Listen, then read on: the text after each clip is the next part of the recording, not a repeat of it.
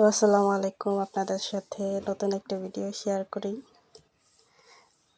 তো আমি একটা দুইটা থ্রি পিস বানাইছিলাম। তো সেইখান থেকে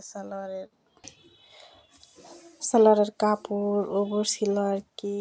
সালোয়ারের যে সাইড কাটছিলাম পায়ের কাছে, ওইখান থেকে ওপর ছিল একটা কালো, আর এটা হচ্ছে একটু কাঠালি কালার।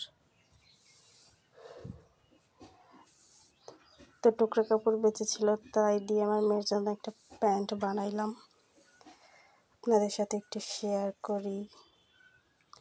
আপনাদের বাসায় যদি এরকম টুকরা কাপড় থাকে, আপনারাও চাইলে এরকম প্যান্ট বানিয়ে ফেলাইতে পারেন।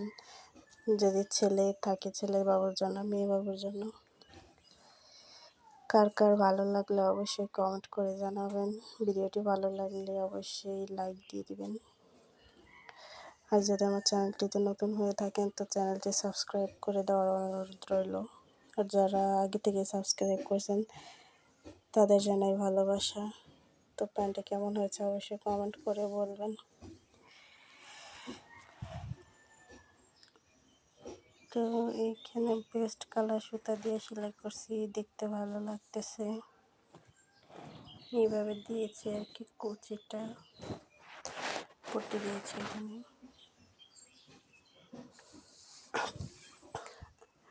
আর এইখানে এমনিতেই যে এই রাবারটা ভরে দিয়েছি, রাবারটা কাটিনি, অবশ্য কাটবো, ভাবলাম ভিডিওটা শেয়ার করি কেমন হয়েছে। তো আপনারা চাইলে এরকম বেঁচে যাওয়া টুকরা কাপড় দিয়ে প্যান্ট বানিয়ে ফেলতে পারেন। সবাই ভালো থাকবেন, আল্লাহ হাফেজ।